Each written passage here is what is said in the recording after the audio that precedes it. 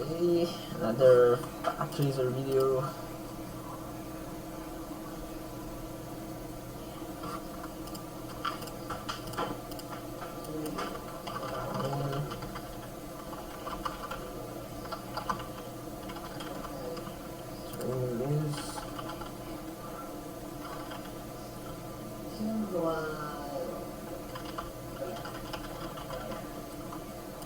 Okay. So our packet tracer is so DHCP and DNS server. So objectives is part 1 is configure static IPv4 addressing, and then part 2 is configure and verify DNS records.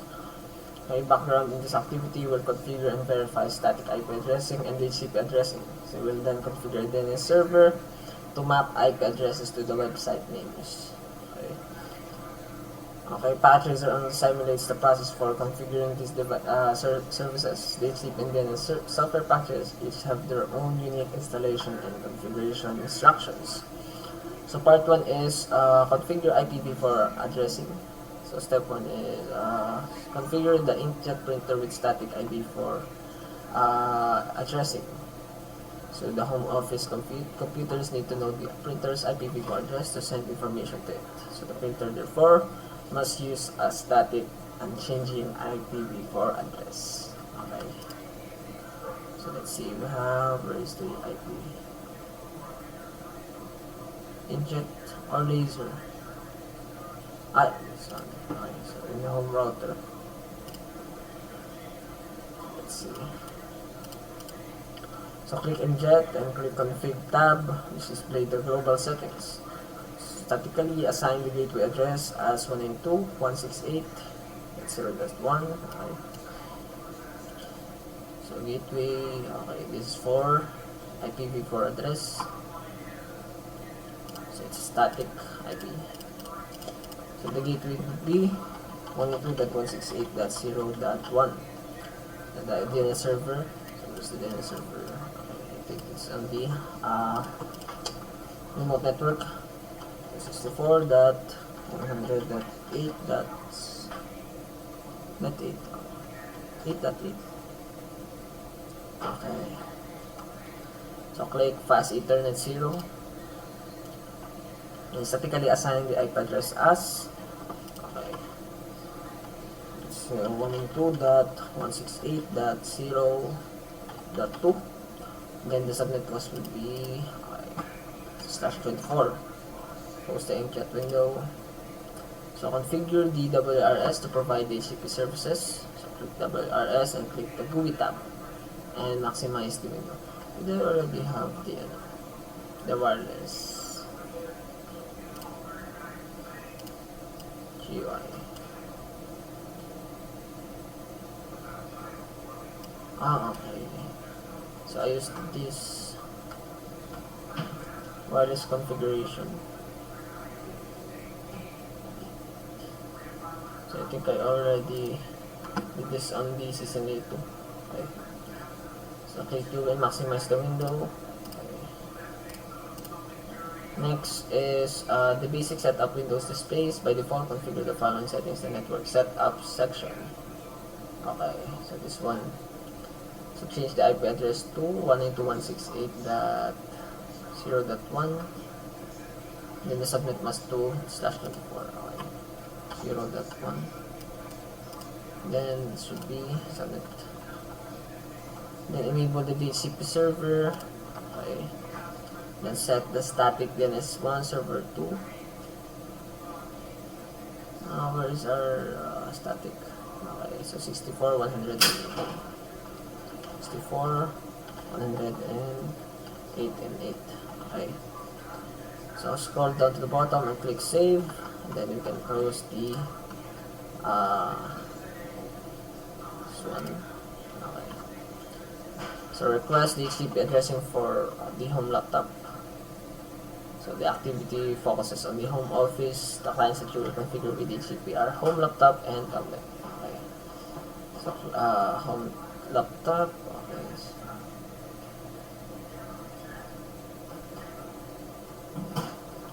Okay. So we're just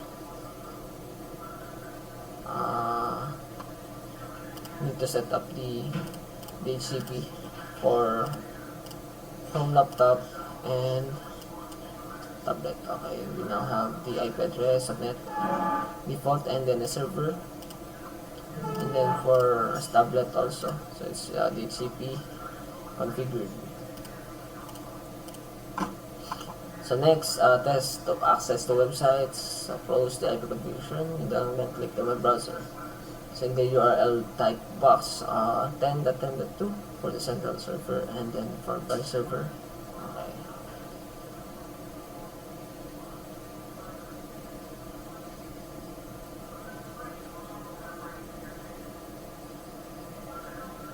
Okay, so example here, web browser 10.10.2.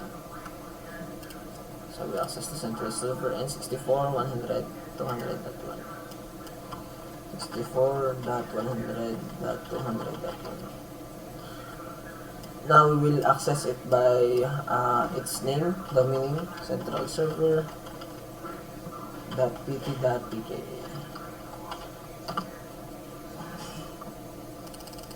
So I think it will result to host name result.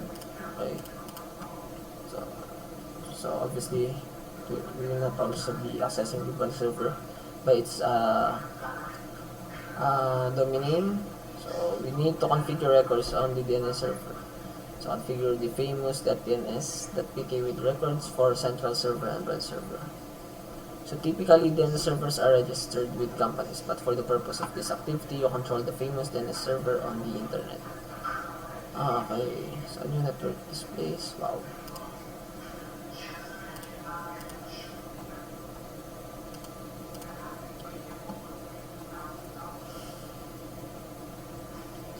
Now, okay, click famous and click the service tab. Add the following records.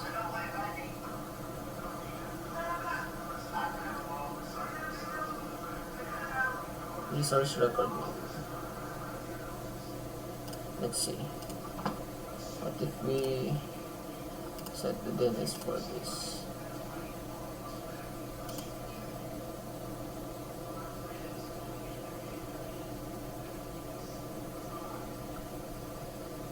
Why is it enough?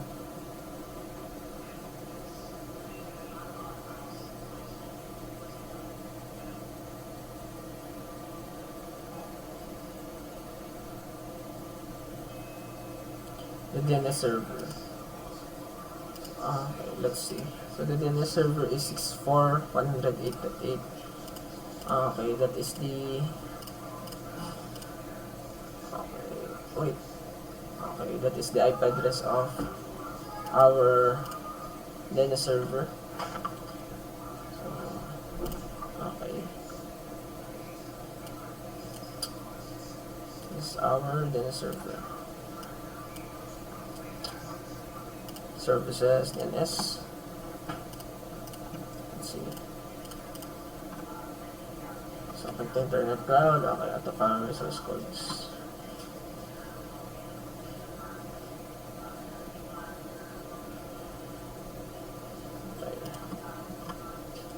Central server .pt.pka 10.10.10.2. So add also for the branch server .pt.pka. The address is 64.100.200.1. So add. Okay, so click the famous DNS PK window and then click back.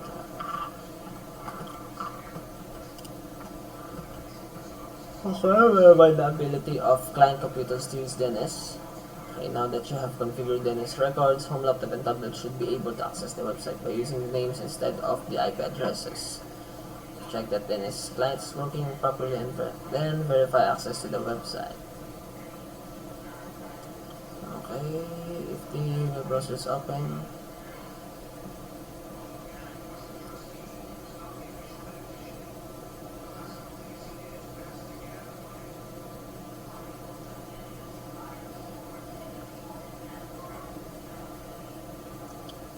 The first 2 or 3 things may fail as package users are mixed all the various processes that must occur. Okay. So, home laptop.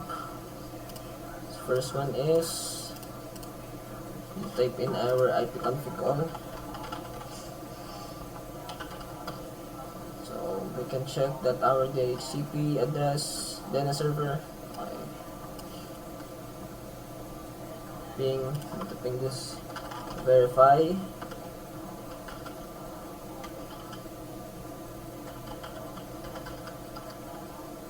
Okay.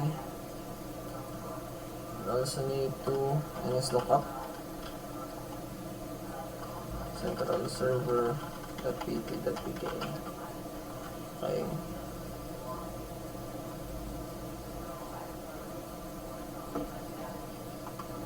And also DNS lookup. Run server. Okay. Now for the web server, we must be able to access this by typing the name. Okay. Then run server. Okay, so I think that's it. Already have the 100% completion. So that's it.